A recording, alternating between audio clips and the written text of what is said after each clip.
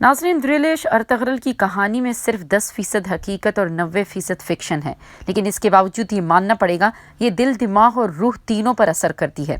Ertugrul series کہانی، کرداروں، مکالموں، music, seats, کاسٹیومز، lighting اور پروڈکشن ہر لحاظ سے لاجواب ہے۔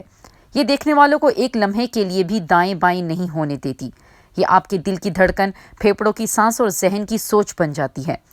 ناظرین، پوری ترک تاریخ میں ارطغرل کے بارے میں صرف 7 صفحات دستیاب ہیں، اور وہ بھی حضرت محی الدین عربی، کرسچین ٹیمپلز اور بازنطینی میں بکھرے ہوئے ہیں۔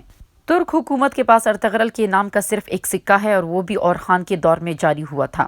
ڈرامہ سیریز میں دکھائے گئے ارطغرل کے تینوں بیٹے کراجہ حصار کے مضافات میں کائی قبیلے کے ٹینٹوں میں پیدا ہوئے، اور اہلیہ حلیمہ سلطان عثمان غازی کی پیدائش کے بعد انتقال کر گئی، جبکہ حقیقت اس سے بالکل مختلف ہے۔ ارطغرل کے تینوں بیٹے سغوت میں پیدا ہوئے تھے۔ یہ لوگ پہلے بیٹے گوندوس کی پیدائش سے قبل سغوت شفٹ ہو چکے تھے۔ حلیمہ سلطان نے عثمان غازی کو 67 سال کی عمر میں جنم دیا۔ یہ اس وقت تک مینوپاز ہو چکی تھی، لہٰذا عثمان غازی کی پیدائش معجزہ بھی تھی اور حضرت ابن عربی کی دعا کا نتیجہ بھی۔ ارطغرل کے ساتھی بامسی، آرتک بے، ترگت الپ، عبد الرحمن الپ اور سامسا الپ تاریخی کردار ہیں۔ ترکی میں ان کے مزارات بھی موجود ہیں، لیکن حقیقت میں یہ کبھی ارطغرل سے نہیں ملے، ان کے ادوار ہی مختلف تھے۔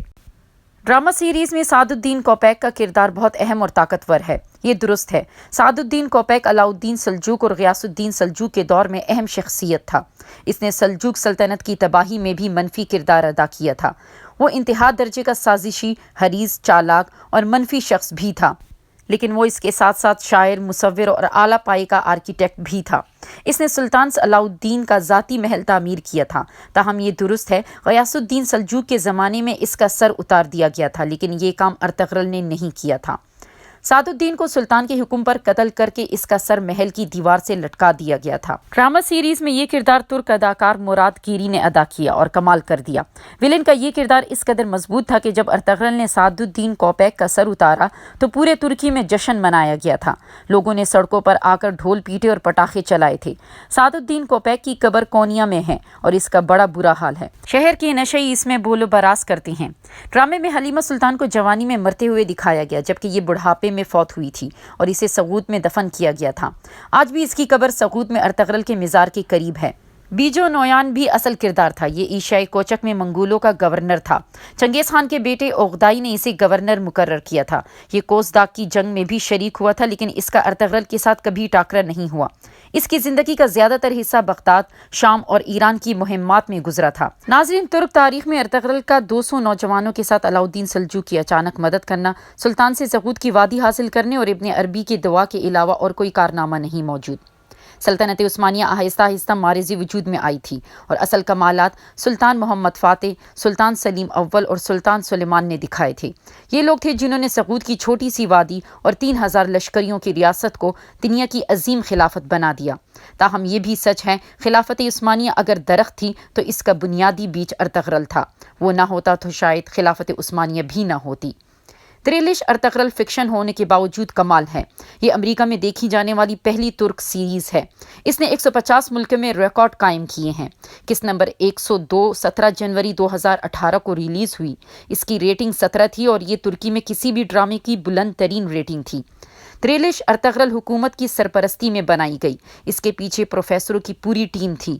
ٹیم نے ابن عربی کا مطالعہ بھی کیا، ترک تہذیب اور ثقافت بھی دیکھی اور اسلام کی دھندلی ہوتی تصویر کا مشاہدہ بھی کیا، اور پھر ایک ایسا فریم بنایا جس کے اندر رہ کر یہ ڈرامہ سیریز بنائی گئی، اور پھر کمال ہو گیا۔ ترک صدر طیب اردگان تک اس سے اتنے متاثر ہوئے کہ یہ اپنی اہلیہ اور صاحبزادی کے ساتھ سیٹ پر پہنچ گئے اور آدھا دن وہاں گزارا۔ اس ڈرامہ سیریز نے ترکی کی سیاحت میں بھی 3 گنا اضافہ کیا۔ سیاح ان علاقوں کا وزٹ بھی کرنے لگے جہاں کبھی کوئی شخص نہیں جایا کرتا تھا۔ ناظرین، آپ یہ جان کر حیران ہوں گے کہ 2014 میں سغوت کے مقامی لوگ بھی ارطغرل سے ناواقف تھے اور ارطغرل کے مزار کی حالت بہت بری تھی، لیکن آج سغوت باقاعدہ سیاحتی مقام بن چکا ہے۔ سینکڑوں لوگ روز وہاں جاتے ہیں اور سر پر ارطغرل کیپ پہن کر ہاتھ میں تلوار لے کر تصویریں بنواتے ہیں۔ ناظرین، یہ ہے کیمرے اور سوشل میڈیا کی پاور۔ ایک ایسا کردار جس کا ذکر ترک تاریخ میں بھی 7 صفحوں سے زیادہ نہیں، وہ کیمرے اور سوشل میڈیا سے ہوتا ہوا تاریخ کا عظیم مجاہد بن گیا اور لوگوں نے اس پر یقین بھی کر لیا۔ آپ میڈیا کا اثر دیکھیے۔ آج ارطغرل کا کردار ادا کرنے والا اداکار انجن التان باہر نکلتا ہے تو لوگ آگے بڑھ کر اس کے ہاتھ چومتے ہیں اور جب حلیمہ سلطان کا کردار نبھانے والی اداکارہ اسرا بلگچ اور ارطغرل کی ماں ہیما انا کا کردار ادا کرنے والی اداکارہ حلیہ دارجان کی بکنی اور کھلے گلے کی تصاویر سوشل میڈیا پر اپلوڈ ہوتی ہیں تو لوگ شدید احتجاج کرتے ہیں۔ یہ ان تصویروں کو اسرا بلگچ اور حلیہ دارجان کی تصویریں ماننے کے لیے بھی تیار نہیں ہوتے۔ اسی طرح سلیمان شاہ کا کردار سردار گوگان، سلیمان شاہ کے بھائی کا کردار ہیکن وینلی اور سعد الدین کوپیک کا کردار موراد گیری نے ادا کیا۔ لوگ آج انہیں ان کے اصل نام کے بجائے ان کے کرداروں سے جانتے ہیں۔ سردار گوگان عام زندگی میں بھی سلیمان شاہ اور موراد گیری اپنی گلی میں بھی سعد الدین کوپیک بن چکے ہیں۔ آپ کیمرے کی پاور دیکھیں، نویان کا کردار ادا کرنے والے برسپاد اور سعد الدین کا کردار ادا کرنے والے موراد گیری جب گلیوں یا بازاروں میں نکلتے ہیں تو لوگ غصے میں ان کے ساتھ لڑنا شروع کر دیتے ہیں۔ دکاندار انہیں سودا تک نہیں دیتے۔ یہ ہے میڈیا، یعنی اصل نقل ہو گیا اور نقل اصل ہو گیا۔